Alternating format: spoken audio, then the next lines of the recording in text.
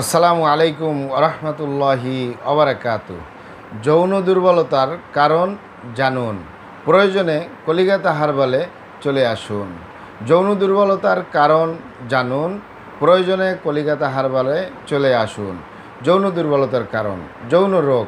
যৌন রোগকে অনেকেই যৌন দুর্বলতা বলেন, যৌন রোগকে আরও অনেক নাম বলেন। যেমন অনেকেই যৌন রোগকে বলে থাকেন যৌন দুর্বলতা, ধাতু দুর্বলতা, দ্রুত বীর্যপাত, দ্রুত বীর্যক্ষরণ, মেহপ্রমেহ, ক্ষয়রোগ, অতিরিক্ত স্বপ্নদোষ, যৌন অক্ষমতা, মিলনে অক্ষমতা, সেক্সুয়াল সমস্যা, যৌন সমস্যা, গোপন সমস্যা, গুপ্ত সমস্যা, সহবাসে অক্ষমতা, দ্রুত পতন, ধ্বজভঙ্গ, সহবাসে অক্ষমতা ইত্যাদি ইত্যাদি আরও অনেক নাম বলে থাকেন। মূল একটি কথা বললে হয় যৌন রোগ।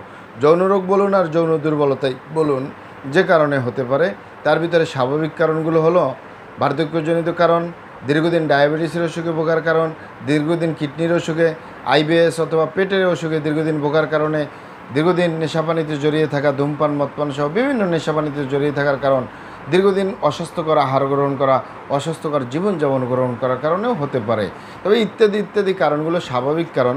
স্বাভাবিক কারণে যাদের যৌন রোগ বা যৌন দুর্বলতা হয়, এটি আপনি প্রাকৃতিক চিকিৎসা গ্রহণ করতে পারেন। তেমন কোনো চিকিৎসকের কাছে যাওয়ার প্রয়োজন নেই। নিয়মিত আপনি কিছু ছোলা বুট, কিশমিশ, বাদাম এবং খুরমা খেজুর এগুলো ধুয়ে ভালো করে ভিজিয়ে রাখবেন এবং সকালে এই পানিটা পান করবেন। এগুলো চিবিয়ে চিবিয়ে খাবেন। নিয়মিত কিছু শরবত পান করবেন, যেমন কচি ডাবের পানি, অ্যালোভেরা বা ঘিতুকুমারের শরবত, এসবগুলোর বসি তালমাখানার তোকমা দিয়ে শরবত পান করবেন। ডায়াবেটিস থাকলে চিনি ছাড়া খাবেন, তাহলে আপনার এই সমস্যা সমাধান হয়ে যাবে। কিন্তু যদি আপনার অস্বাভাবিক কারণে হয়, যে সকল ভাই বোনেরা, যে সকল বাবা মায়েরা নিজের ভুল ভ্রান্তির কারণে শয়তানের দোকায় পড়ে, বন্ধুবান্ধবের পাল্লায় পড়ে খারাপ জায়গায় যাতায়াত করে, খারাপ জায়গা মানে নিজের স্ত্রী ছাড়া, নিজের স্বামী ছাড়া অন্য কারোর সাথে শারীরিক সম্পর্ক করে, নিজের সেফটি ছাড়া, এ কারণে যদি গনোরিয়া বা ভাইরাসে আক্রান্ত হয়ে যায়, যৌন জীবনটাই বরবাদ হয়ে যাওয়ার সম্ভাবনা 100-র ভিতরে 99%।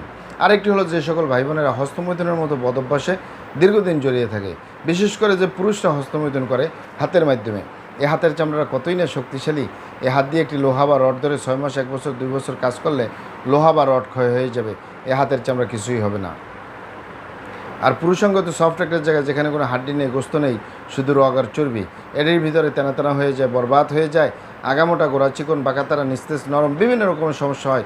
সকল সমস্যার ভিতরে সবচেয়ে জটিল এবং কঠিন সমস্যার দ্বারাই দ্রুত বীর্যপাতের সমস্যা, যার শেষ পরিণতি ধ্বজভঙ্গ। আপনারা এখানে অবগত থাকেন যে ইউনানি, আয়ুর্বেদিক এবং হার্বাল একটি স্থায়ী চিকিৎসা। সেই স্থায়ী চিকিৎসা পেতে চাইলে আপনাকে অবশ্যই সঠিক স্থানে আসতে হবে, সঠিকভাবে আপনার সমস্যাগুলি খোলামেলা আলোচনা করতে হবে। আসসালামু আলাইকুম রহমতুল্লাহি ওবারাকাতু।